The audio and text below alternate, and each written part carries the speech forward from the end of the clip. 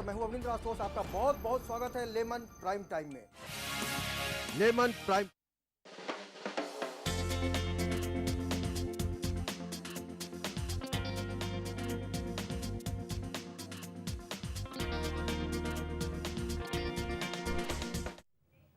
नमस्कार, मैं हूं अविंद्र आशुतोष। हमारे खास कार्यक्रम कब सुधरेंगे बलात्कारी, इस कार्यक्रम में आपका स्वागत करने की तो इच्छा नहीं हमारी, क्योंकि वक्त है मनन का, चिंतन का, दुख मनाने का। क्योंकि इस देश में हमें एक संस्कार दिया गया था, क्योंकि ये भारत है और भारत की एक प्राचीन सभ्यता रही है। हमेशा यही समझाया गया है, सिखाया गया है कि नारी का रूप नारायणी का होता है। लेकिन आज अफसोस के साथ कहना पड़ रहा है कि उसी नारी के साथ आज जिस तरह की सोच समाज की सामने आ रही है, जिस तरह से बलात्कार के मामले सामने आ रहे हैं, ऐसे में यही सवाल उठता है कि कब सुधरेंगे ये बलात्कारी।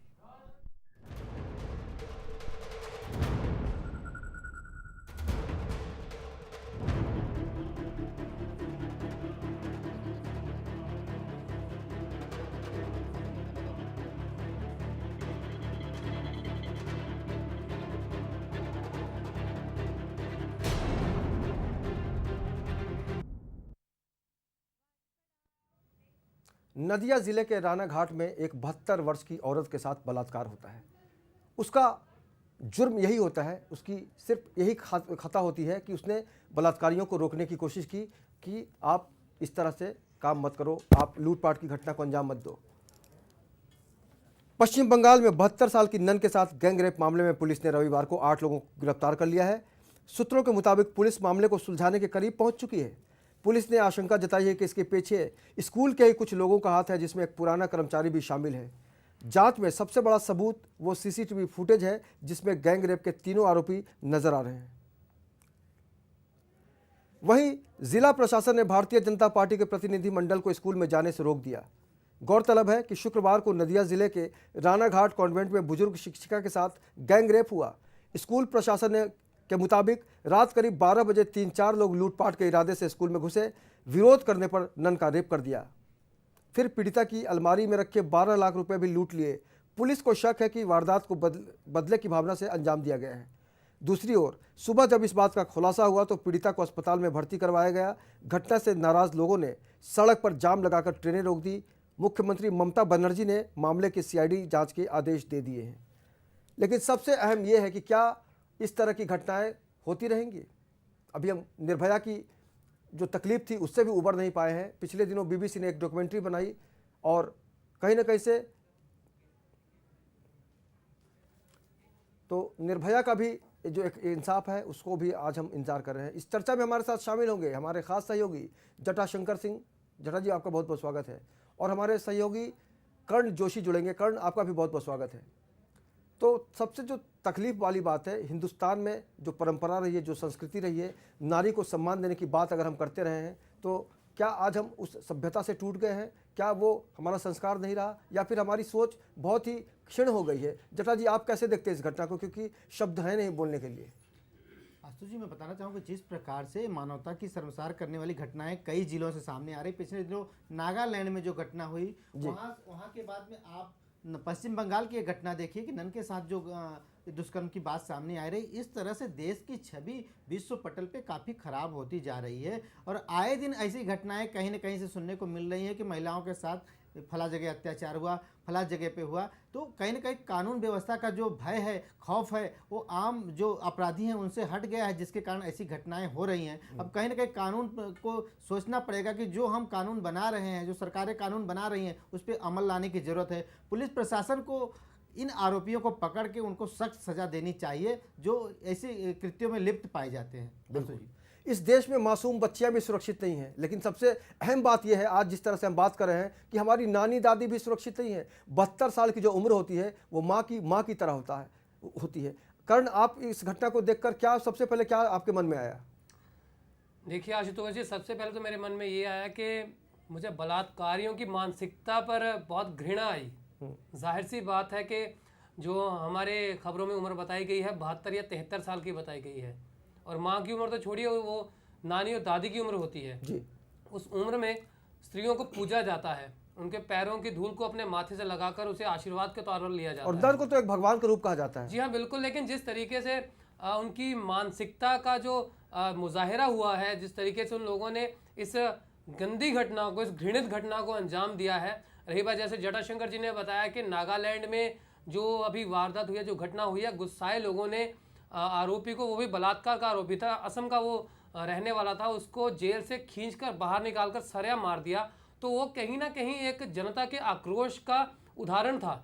वो उदाहरण भी शायद इसीलिए था क्योंकि चाहे कानून कुछ भी बन चुके हों, और शिवसेना के एक मंत्री ने उस पर मुहर भी लगा दी कि जनता का जो फैसला है उसको सर आंखों पे लेना चाहिए, और जनता ने सही किया है। जी हाँ बिल्कुल, आप हम ठीक देख है, सकते कानून हैं अपनी जगह है, कानून का सम्मान करते हुए हम कहते हैं कि वाकई कानून अपनी तरह से काम करता है, लेकिन समाज में जो आम आदमी के अंदर नाराजगी है, आम आदमी के अंदर जो दहशत है, गुस्सा है, और कहीं ना कहीं से एक गलत सोच है, यही कारण है कि लगातार बलात्कार की घटनाएं आ आशुतोष जी रही हैं। यहाँ पर यही बात सोचने वाली है क्योंकि कर्ण आपको कानून रोकना को- चाहेंगे। मशहूर सिंगर जसपिंदर नरूला जी हमसे जुड़ गई हैं। वो बहुत ही लोकप्रिय गायिका हैं और अलग अलग विषयों पर भी वो कमेंट देती रहते हैं। जसपिंदर जी, बहुत स्वागत है आपका। धन्यवाद जी। जसपिंदर जी, एक बहुत ही शर्मसार घटना आई है सामने, जी, और जी। बात करने की भी इच्छा नहीं होती, क्योंकि हम नानी और दादी की उम्र में भी कहीं ना कहीं से जो कल्पना करते हैं, हम पूजने की बात करते हैं, उनको सुख देने की बात करते हैं। तो बंगाल की जो घटना आई है बहुत ही शर्मसार है। आप कितनी दुखी हैं इस घटना को लेकर? मैं तो सोचती हूँ इससे ज्यादा नीच हरकत और क्या हो सकती है। ये पहले छोटी बच्चियों को मतलब बलात्कार और ये सब जो सुनने में आ रहा था, आज यानी हमारी दादी की उम्र की जी। स्त्रियों को, माँ की उम्र की स्त्रियों को इस तरह से, यानी वो भी सेफ नहीं है, और वो भी एक नन जिसने सारी जिंदगी ईश्वर को जो है उसको सर्व किया है और इतने अच्छी तरीके से जिंदगी, इतनी पाक साफ जिंदगी बिताई है, उसके साथ इस तरह की घटना हो जाना, तो इससे ज्यादा तो मैं समझती हूँ कि नीचता की कोई सीमा हो ही नहीं सकती। बहुत ही नीच हरकत है जिन्होंने भी की है। मतलब उनमें बिल्कुल जरा भी इंसानियत के जो हैं वो कोई जरासिम है ही नहीं उनके अंदर। और ऐसे लोगों को तो बिल्कुल मैं समझती हूँ किसी तरह की इनके साथ कोई भी रैत नहीं बरतनी चाहिए, और इनको जल्दी से जल्दी इनको पकड़कर इनको सजा मिलनी चाहिए, और ऐसी सजा हो जो दुनिया भर देखे और उससे सीख मिले लोगों को, और आगे ऐसी हिम्मत ना हो किसी की। बिल्कुल, बहुत दुख की बात है। जी बिल्कुल। बहुत दुख। जसविंदर जी, एक आखिरी सवाल और। आप पूरी दुनिया में जाती हैं, शोज के जरिए कार्यक्रम होते रहते हैं आपको। अगर हम महिला सुरक्षा की बात करें तो महिला सुरक्षा को लेकर आपके मन में क्या सवाल होता है, क्या सोचती हैं आप? महिला सुरक्षा को लेकर तो हम लोगों को बहुत चीजों की मतलब दिक्कत आती है, क्योंकि हम लोग आउटडोर बहुत जाते हैं, और आउटडोर में सबसे पहले तो बाथरूम की प्रॉब्लम आती है, जो समस्या बहुत बड़ी समस्या है। स्वच्छता नहीं है, साफ सुथरा बाथरूम नहीं मिलता, अगर बाथरूम मिल जाएगा तो साफ सुथरा नहीं होगा, ये चीज नहीं होगी। ये चीजें बहुत ज्यादा हैं।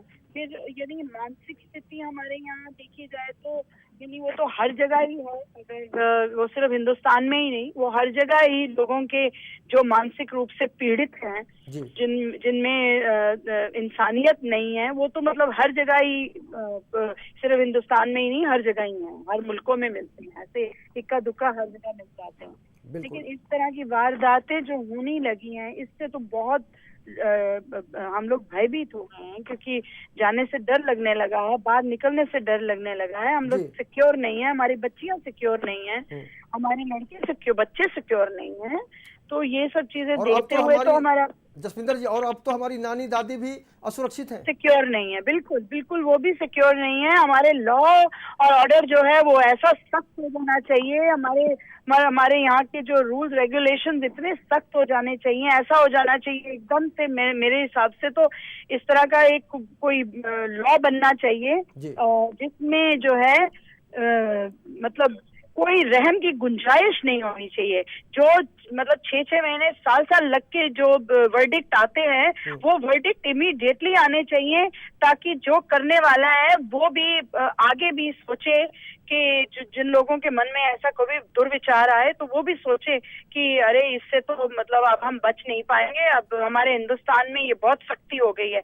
और ये चीज को देखते हुए यानी लॉ एंड ऑर्डर हमारा वीक है, इस वजह से ये सब हो रहा है। हमारा लॉ एंड ऑर्डर बहुत वीक है। मतलब दुख की बात है कि यानी इतना समय लगता है किसी रिजल्ट पे पहुंचते हुए, तब तक इंसान वो बातें भी हो जाती है। लोग इसी तरह इस चीज को लेते हैं, अरे भैया अगर हो भी जाएगा तो भैया उसको तो वक्त लग जाएगा, फिर उसने में तो पेनल्टी ये हो जाएगा, हम लोग अपील कर देंगे, ये हो जाएंगे। तो इस तरह की बातें लोगों को करते सुना है। जसपिंदर जी, आपको एक घटना याद दिला दूं, जिस तरह से निर्भया का बलात्कार हुआ था दिल्ली में, उसके बाद एक इंटरव्यू में बलात्कारी मुकेश सिंह कहता है कि लड़की अगर खामोश रहती तो उसकी जान बच जाती। तो ये तो मानसिकता ही अलग बदल गई। हमसे जुड़ने के लिए आपका बहुत बहुत शुक्रिया, बहुत बहुत शुक्रिया। धन्यवाद, धन्यवाद। तो मशहूर गायिका जसपिंदर नरूला, जिन्होंने बहुत ही खूबसूरत गीत गाए हैं, प्यार तो होना ही था टाइटल सॉन्ग गाया था उन्होंने, आज दुखी हैं क्योंकि आज उनको लग रहा है कि इस समाज में ना तो बच्चियां सुरक्षित हैं, ना ही नानी दादी। जटाशंकर जी, इस तरह की जो मानसिकता होती है लोगों के खिलाफ, लोगों के मन में जो होती है, जो लगातार समाज को भेदने का काम करते हैं, उनके घर में भी तो माँ बहन बेटी होती है। आशु जी, मैं बताना चाहूँगा, ये इस प्रकार की प्रवृत्ति वाले जो लोग होते हैं, कहीं ना कहीं उस अपने मतलब परिवार से उस तरह से उनको संस्कार मिला था, उस परिवेश में वो पले रहते हैं कि उनकी प्रवृत्ति जो मानसिकता रहती है उसी ओर अट्रैक्ट करती है। आप बुजुर्गों से भी सुने होते हैं कि संगत का असर मनुष्य पर पड़ता है। तो जिस प्रकार से संगत उनकी पड़ी है, वो कहीं ना कहीं बुरे लोगों के साथ पहले से वो थे, आपराधिक प्रवृत्ति के थे, जिसके कारण ऐसी घटनाओं को वो हमेशा आगे अंजाम देते हैं और हमेशा किसी न किसी आपराधिक वारदातों को अंजाम देने की सोचते रहते हैं जी। तो ये साफ जाहिर होता है कि जिस प्रकार से व्यक्ति की छवि होती है, जिस प्रकार से उन्हें संस्कार मिला होता है, कहीं ना कहीं ये संभावना वही व्यतीत करती है कि ऐसे ही व्यक्ति आपराधिक गतिविधियों में ऐसे लिप्त पाए जाते हैं।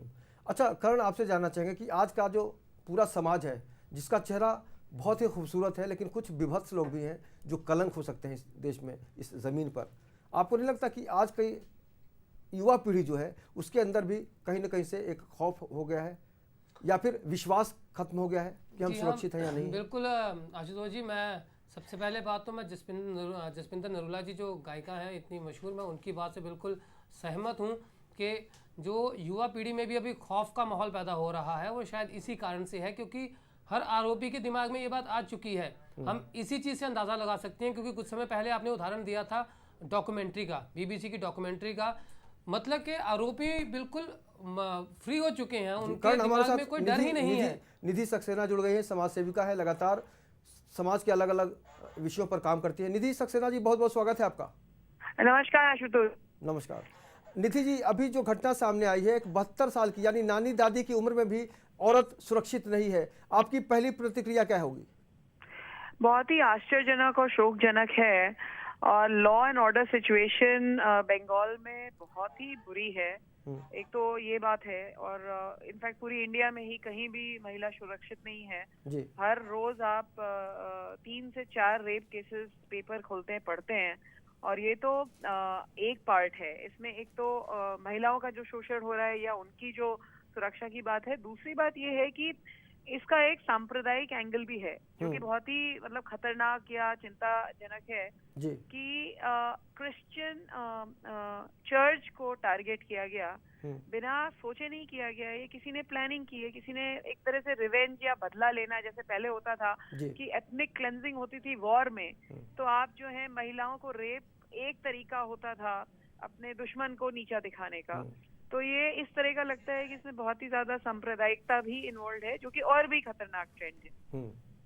लेकिन हमारे यहाँ सिखाया जाता है, संस्कार दिया जाता है निधि की शिक्षक जो होते हैं वो गुरु जो होते हैं भगवान के समान होते हैं, तो क्या हमारा विश्वास इतना हिल गया है?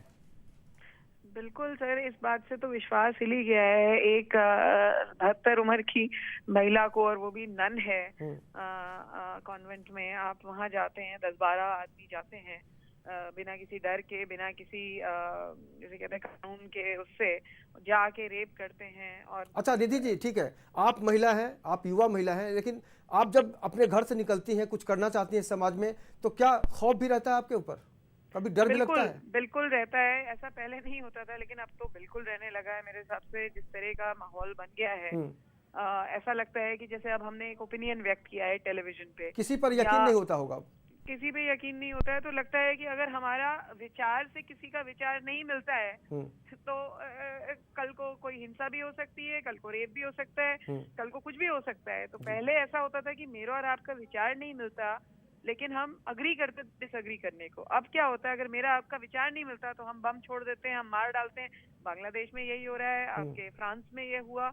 तो बहुत ही मेरे हिसाब से पूरे विश्व में बहुत ही अजीब सा माहौल है, बहुत एलियनेशन है इस समय। चलिए निधि, हमसे जुड़ने के लिए आपका बहुत बहुत शुक्रिया, और हम उम्मीद करेंगे कि आपको आने वाले दिनों में जो भय है आपके मन में वो ख़त्म हो जाए, क्योंकि इस समाज में आज कहीं ना कहीं से एक ऐसा माहौल बनना चाहिए जिससे हर किसी को लगना चाहिए कि ये देश हमारा है, ये समाज हमारा है, ये शहर हमारा है, ये गांव हमारा है, ये गलियां हमारी है। लेकिन आज कदम कदम पे डर लगता है, असुरक्षा की भावना बढ़ती है। कर्ण, आपसे जानना चाहेंगे कि अगर हम सुरक्षा को लेकर बात करें तो बहुत बड़ी बात कही इन्होंने, दोनों महिलाओं ने, कि डर लगता है। यह डर कब तक? एक बहुत पुरानी कहावत है आशुतोष जी के, घूम फिर के जो जानवर होता है ना वो पेड़ की जड़ के नीचे आ जाता है। हमारी तमाम खबरें, तमाम जितने भी रिजल्ट हैं, जो भी नतीजे हैं, वो बार बार खत्म होके आते हैं कानून पर। एक किसी भी अपराधी को अपराध से रोकने का जो जरिया होता है शिक्षा, बहुत दूर की बात आ जाती है। सबसे बड़ी चीज़ होती है डर। डर होता है उसे सज़ा का, चाहे वो बचपन से हो तो उसे माता पिता की डांट का डर, स्कूल में शिक्षक की डांट का डर, आगे जाने के बाद जब जिंदगी में किसी भी स्तर पर जाओ तो कहीं ना कहीं एक भय होता है। और यही भय जो होता है वो अपराधियों के मन में भी होना आवश्यक है कि अगर हम ये अपराध करेंगे तो हमें ये सज़ा मिलेगी। लेकिन हमारे देश की कानून व्यवस्था में इतना लचीलापन है, आप देख सकते हैं कुछ और भी देश है जहाँ पर बलात्कारी को सरेआम मौत के घाट उतार दिया जाता है, उससे कुछ पूछा भी नहीं जाता। और उसी वजह से उन इलाकों में, उन देशों में बलात्कार की घटनाएं तकरीबन ना के बराबर है। तो यहाँ पर मैं वही, हमारी बात बीच में रह गई थी कि आसाम में भी तकरीबन जनता का आक्रोश तभी लेकिन करण, आपको जानकर बहुत ही खुश होना चाहिए कि हमारे देश का जो भी कानून है बहुत ही सही तरीके से फैसला आने में भले ही देर लग जाए, लेकिन कानून का मतलब ही होता है कि किसी निर्दोष को सजा ना मिले। ठीक है, ये न्याय प्रणाली है, और न्याय प्रणाली का जो भी सच होता है उसको हम स्वीकार करेंगे। लेकिन सबसे जो अहम बात है कि हमारे समाज का जो माहौल है वो किस कदर बिगड़ता जा रहा है। हर किसी को लोग शक की नज़र से देखने लगे हैं। वो इसलिए देखा जाता है आशुतोष जी कि जिनकी मानसिकता है, कुछ ऐसे व्यक्ति होते हैं जो समाज में रहकर। कारण हमारे साथ नारी संगठन की अध्यक्षा जुड़ चुके हैं, सुंदरी ठाकुर। सुंदरी जी, बहुत स्वागत है आपका। जी नमस्कार आशुतोष जी। नमस्कार आशुतोष जी, मेरा ये कहना है, मैंने टीवी पे देखा अभी जी, और बहुत शर्म की बात है, 72 इयर्स की महिला का अगर ऐसा होता है, नानी दादी जैसी है, नानी दादी जैसी है।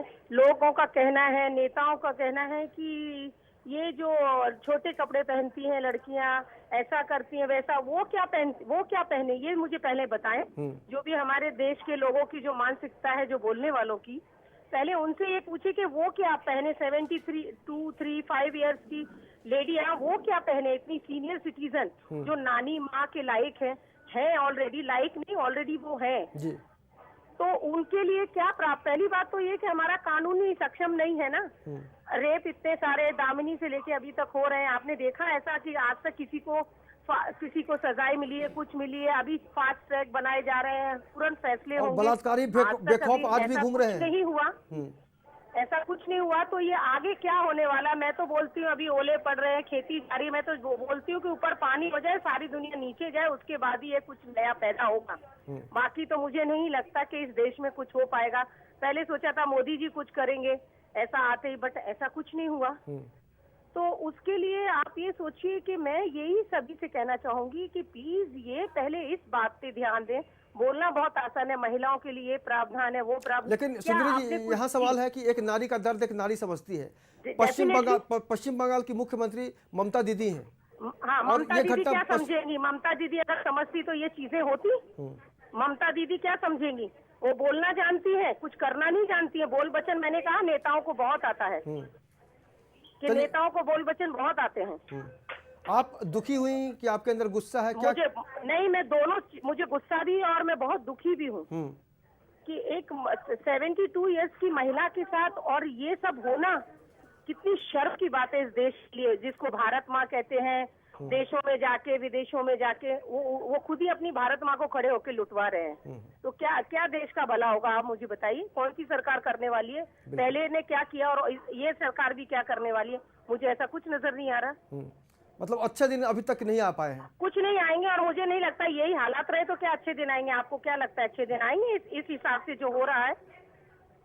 यहाँ तो बिल्कुल हर कदम पे यही लगता है कि क्या हो रहा है, ये क्या हो रहा है। हर डे एक नया चीज होता है, हर दिन एक नई चीज होती है। सरकार को पता नहीं ये चीज। क्योंकि आम आदमी अपनी ज़रूरतों की अपनी जो समस्याएं हैं, निजी समस्याएं हैं, उसी में इस कदर उलझा हुआ है कि वो कुछ सोच नहीं पाता देश के लिए, समाज के आम लिए। आदमी की तो कोई सुनवाई ही नहीं है। कोई सुनवाई नहीं, जी। तो जी बोलना बहुत आसान है। आम आदमी की कोई, आम आदमी के लिए कोई नेता नहीं बनता। कोई नेता नहीं बनते आम आदमियों के लिए। मुझे ऐसा नहीं लगता। आपको ऐसा लगता है कि आम आदमियों के लिए नेता बनते हैं? अगर काश ऐसा होता, हमारे देश में कानून ऐसा आम होता। आदमी बनता है लेकिन सिर्फ वोट की शक्ल में दिखता है। आम आदमी बेवकूफ बनता है। वोट बैंक है। हाँ, बेवकूफ बनता है। कह तो रही हूँ आपसे, वो बेवकूफ बनता है, उसे इस्तेमाल किया जाता है। That's it. चलिए, हमसे जुड़ने के लिए सुंदरी ठाकुर जी आपका बहुत बहुत शुक्रिया, बहुत बहुत शुक्रिया। तो इस देश में कानून भी है, इस देश में संस्कार भी है, इस देश में संस्कृतियां हैं और इस देश में विविध रंगों की बौछार भी होती है। यहाँ पर फसल होती है, यहाँ पर बड़े बड़े साहित्यकार होते हैं, कवि होते हैं, स्टार होते हैं, लेकिन नंद के साथ, बच्चियों के साथ, महिलाओं के साथ जिस तरह से खिलवाड़ किया जाता है, जिस तरह से उनकी आबरू को लूटा जाता है, ऐसे में सवाल ये उठता है कि क्या हम भारतीय कहलाने के लायक हैं? क्योंकि भारत को सोने की चिड़िया कहा जाता था। इस देश में अलग अलग संप्रदाय हैं, धर्मनिरपेक्ष राष्ट्र है, कृषि प्रधान देश है, लेकिन महिलाओं को भी हमने देखा है, कोई कल्पना चावला बनती है, कोई झांसी की रानी कहलाती है, कोई किरण बेदी बनती है, और ऐसे कई तमाम नाम हैं जिसको लेकर हम कह सकते हैं कि वाकई हिंदुस्तान की नारी का कोई जवाब नहीं, चाहे सुनीता विलियम्स हो, चाहे लता मंगेशकर हो। लेकिन आज जिस तरह से महिलाओं के साथ खिलवाड़ किया जा रहा है, बहुत दुख होता है। करण, आप कितने दुखी होते हैं जब इस तरह की घटनाएं देखते हैं? आशुतोष जी, जैसा मेरे पास तो शब्द इतने सारे हैं, बस ये कह सकते हैं कि हमारा बस नहीं चलता। जैसा कि अभी अभी जिनसे हमारे मेहमान से बात हो रही थी कि आम आदमी के बस में हो नहीं पाता कुछ।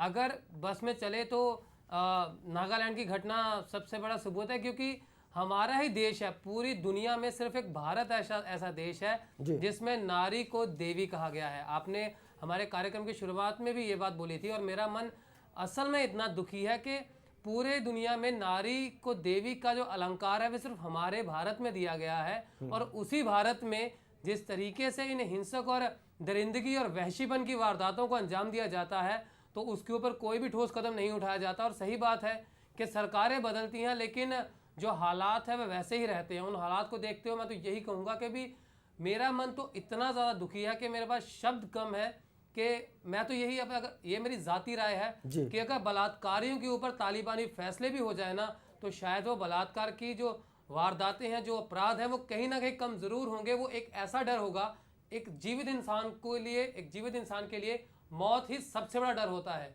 और जब एक वहशी दरिंदे को मौत का डर होता है ना, तो वो पैर उठाने से पहले भी 2 बार सोचता है। और नागालैंड में जो चीज़ हुई है वो इसी का एक जीता जागता सबूत है।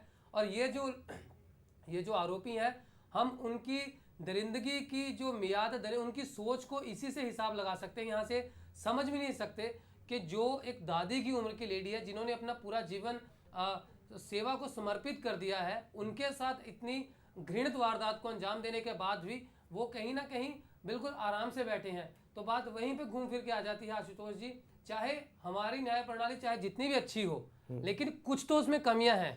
हम इस चीज़ को नज़रअंदाज नहीं कर सकते कि अगर उसमें कमियां ना होती तो किसी भी बलात्कारी का इतना हौसला ना होता। और यही कारण है कि समाज का हर तबका, खासकर महिलाओं की अगर हम बात करें, हमने देखिए अभी भी बात की बात करें तो हर के मन में खौफ है, डर सिर्फ एक ही बात है, कानून प्रणाली। हमने अभी भी बात की, शुरू में हमने कहा कि हमारी न्याय प्रणाली बहुत अच्छी है, चाहे इसमें देर लगती है, लेकिन शायद यही देर, यही लचीलापन बलात्कारियों को कहीं ना कहीं एक शय देता है। हमने जिस भी नारी से बात की, जो भी हमारे मेहमान थे, तकरीबन सब हमारी महिलाएं थी, और सबके मुंह से एक ही वर्ड था, एक ही उनके मुंह से शब्द था, वह था कानून प्रणाली। क्योंकि कानून ही एक ऐसी चीज है, एक ऐसी शय का नाम है। कुल मिलाकर शैतान हमारे अंदर बैठा हुआ है। जी हाँ, बिल्कुल, हमारे अंदर भी शैतान नहीं है, ऐसा नहीं है। जब तक हमारे अंदर का शैतान दूर नहीं होगा, जब तक हमारी सोच बदलेगी नहीं, तब तक हम अपनी बात भी कर रहे हैं। कारण हमारी जो सोच है, किसी के अंदर शैतान मर्दों की जो सोच होती है, वाकई बहुत ही अजीबोगरीब होती है। लेकिन मानसिकता बदलने का भी एक जरिया होता है। किसी के लिए समाज होता है, किसी के लिए माँ बाप के संस्कार होते हैं, किसी के लिए परिवार होता है, लेकिन जो वहशी दरिंदे होते हैं उनके लिए भय होता है, डर होता है, और वो डर कानून से ही आता है। कानून में जब कड़ाई होगी तो हर किसी अपराधी के दिल में डर होगा। यहाँ तक कि आतंकवादियों के मामले भी हम देख सकते हैं, आतंकवादी आते हैं, खुलेआम घूमते हैं, उसके बाद देखा जाता है बिल्कुल, 6 आतंकवादी महीने अपना वो काम करते हैं, बलात्कारी अपना काम सरकारी करते खाने हैं, पे रहते हैं। लेकिन हम एक उम्मीद करते हैं इस शो को वाइंड अप करते करते जी, जी, जी। कहीं कहीं न कहीं से हम इस समाज को एक रास्ता पर आगे बढ़ने की उम्मीद करते हैं। जयशंकर प्रसाद की एक रचना के साथ इस शो को हम वाइंड अप करेंगे। हिमाद्री तुंग श्रृंग से प्रबुद्ध शुद्ध भारती, स्वयं प्रभा समुज्ज्वला स्वतंत्रता पुकारती। ये जो स्वतंत्रता की बात है, इसको लेकर हम आज महसूस कर रहे हैं कि हिंदुस्तान की जो नारी है उसके साथ ज़्यादती हो रही है और वक्त की नज़ाकत है, वक्त की ज़रूरत है कि हिंदुस्तान की हर महिला को, हर बेटी को, हर नानी दादी को एहसास हो कि भारत में वो सुरक्षित है। लेकिन दुर्भाग्यवश फिलहाल नहीं हो रहा है, क्योंकि बलात्कारियों का जो जत्था है वो लगातार सामने आता रहता है समय समय पर देश को दुखी करने के लिए, और सुरक्षा के ऊपर भी सवाल उठता है। इस चर्चा में शामिल होने के लिए आपका जटाशंकर जी बहुत बहुत शुक्रिया। करण, आपका बहुत बहुत शुक्रिया। और तमाम दर्शकों को भी हम ये कहना चाहेंगे कि अगर आपके मन में कोई सवाल है, कभी कोई ठेस लगती है, तो आप रुकिए मत, झुकिए मत, आगे बढ़िए और बोलिए, ताकि इस देश को, इस समाज को ये एहसास हो कि हर कोई दुखी है, और दुख जब व्यक्त होता है तभी सुख का रास्ता निकलता है। आज के इस खास कार्यक्रम में इतना ही, लेकिन आप लगातार बने रहिए लेमन न्यूज़ के साथ। मुझे पूरी टीम के साथ दीजिए इजाज़त। नमस्कार।